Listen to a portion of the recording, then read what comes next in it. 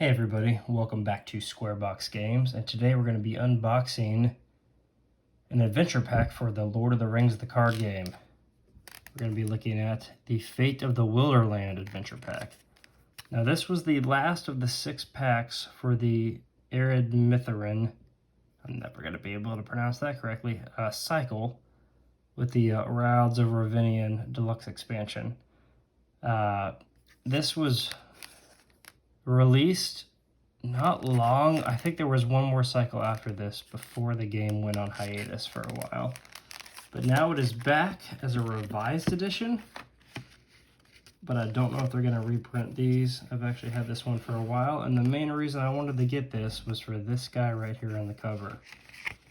We'll get to him in a minute. So here's the little cover here. Now, if you're not familiar with the Lord of the Rings card game, it's a living card game by Fantasy Flight that's been out for, I think, over 10 years at this point.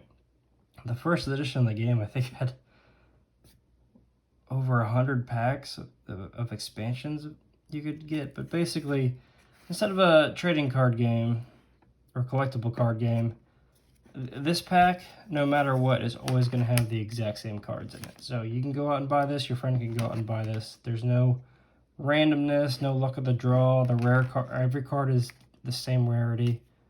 This is going to be in every single one of these packs. But obviously it covers the Tolkien universe based off the books, and it expands on even more lore. So here's a little bit about this. Now these adventure packs would always come with one kind of campaign type adventure and then some player cards and always a new hero to use. So this is advertising some of the Nightmare decks, which are basically just harder versions of everything. And here's the text all about the story and lore behind the Fate of the Wilderland, and you're going to need these packs from the Wilds of Ravinian to play the scenario. Do not read the Heroes of the Conquest. Well, we're not going to do that. I say Conquest, I meant Quest. Alright, so that's the paper. We don't need to see all that.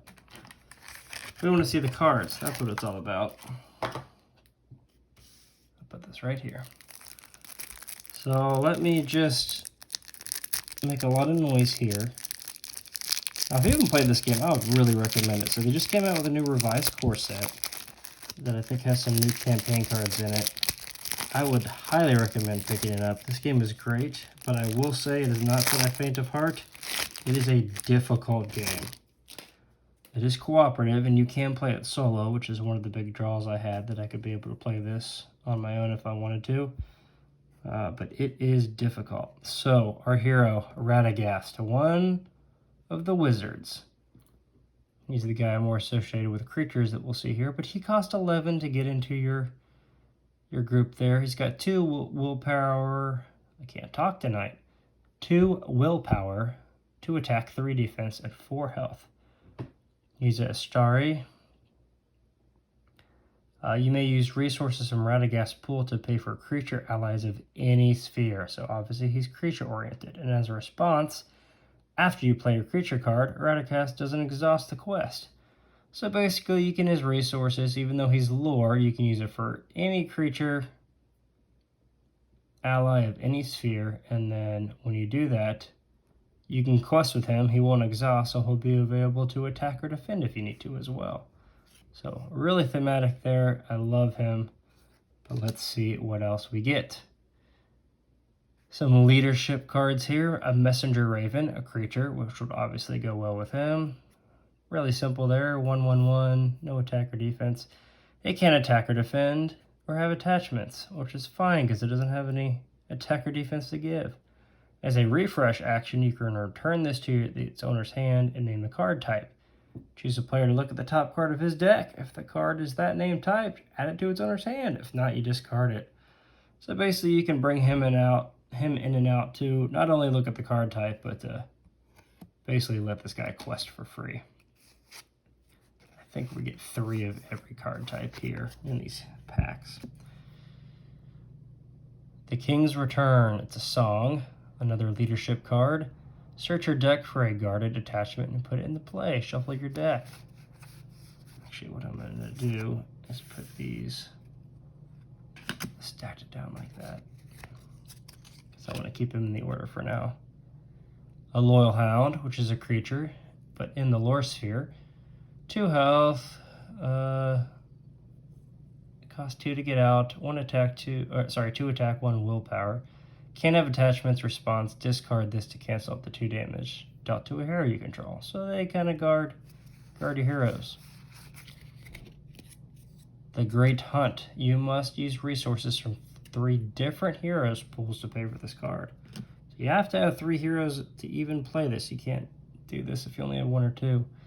But as an action, you can choose and discard a non-unique enemy in the staging area, which is nice. But it does cost 3 to do that. So some leadership cards, or some, oh gosh, why can't I think of that sphere? Whatever. The one with the sword, the red one. Bywater Sheriff, a hobbit. I always like getting more hobbits. Hobbit decks are actually pretty fun to play with. He costs 2, he's got 2 health, 1 across the board on all his things there, and he gets +1 willpower, attack, and defense while you are engaged with an enemy with an engagement cost higher than your threat, which is that's a pretty standard Hobbit playstyle. If the engagement cost of the creatures is higher than your threat, aka you're fighting creatures that are above your punching power, the Hobbits are going to get some boost for that.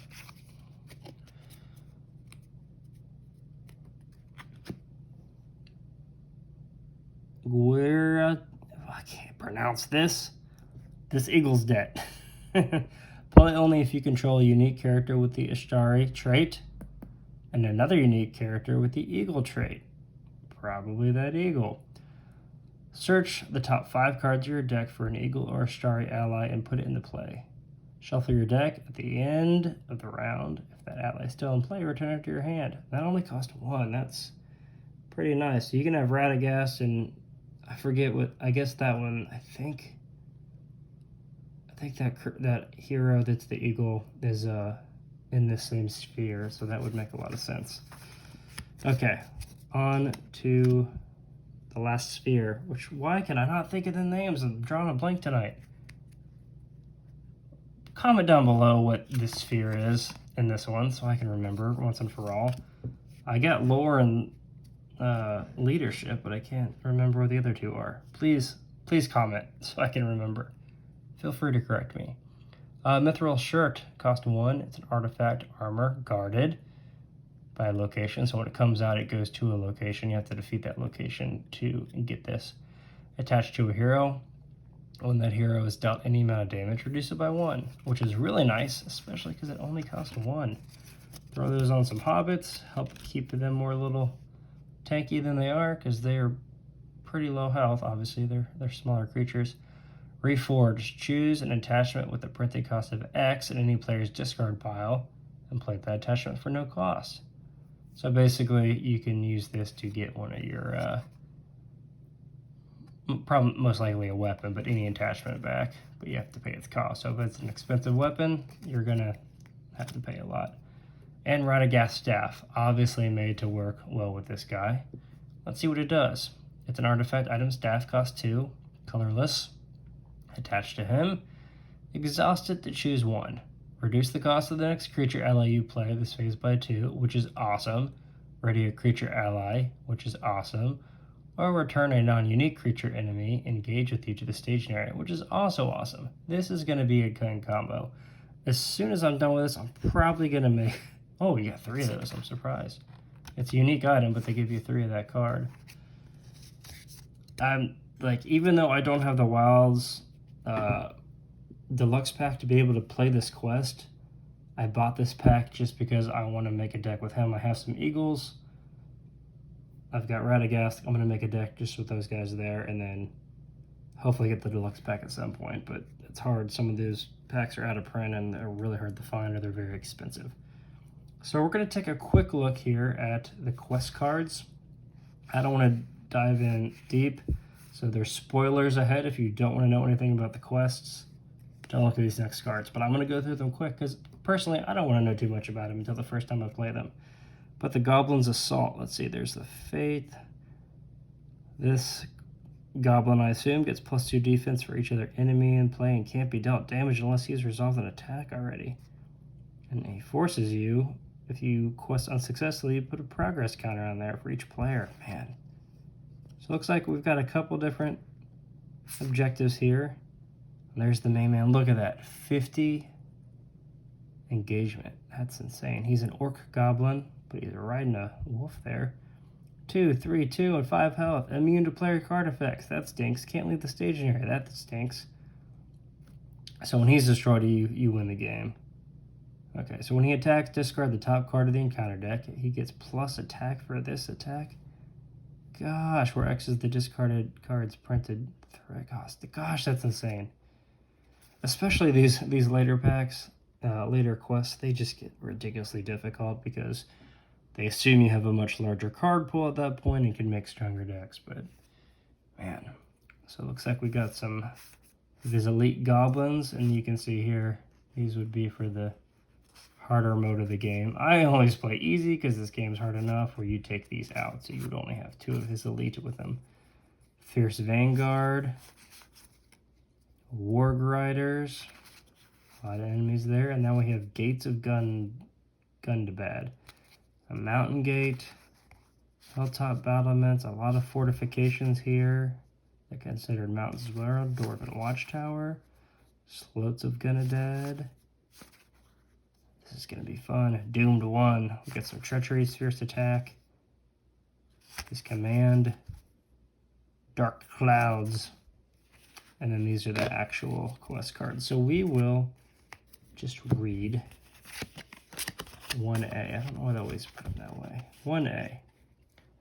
So this is going to be what this quest that comes with this pack is all about. Urdug's Assault.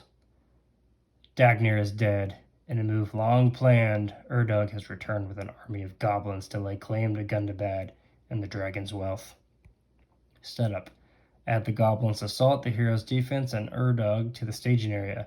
Shuffle the encounter deck and discard cards from the top until X enemies are discarded, where X is the number of players in the game. Add those enemies to the staging area. So you're going to start with quite a few people, most likely. And then that's how you move on. And I'm not going to spoil these ahead of time, so you guys can play it yourself. But that is the Fate of the Wilderland pack. I just wanted to open it up real fast, kind of show you guys what's in it. I'm trying to get back into this game. I haven't played it for a long time, but you know, now that it's got new life in it because of the revised edition and the new kind of boxes. So what happens, you see here that this had player and encounter cards in it. The new packs are going to take a deluxe pack and all 6 of the adventure packs, combine them into one, then split them into 2 boxes. All the encounter cards, you know, the enemy cards, and then all the player cards. So if you just want to play all the missions, you think you have enough player cards, just buy the 1 box. If you're fine with the missions you have, but just want to have more decks and more flexibility on that, just buy the hero pack, or the hero card pack. But this was back in the day, the old style of having a mixed kind of bag right there. So I might try to buy the rest of this cycle in the old style, and some of the cycles I don't have any of the cards with, I'm going to hold off because they're going to come out in this new version. I think you can end up saving money that way.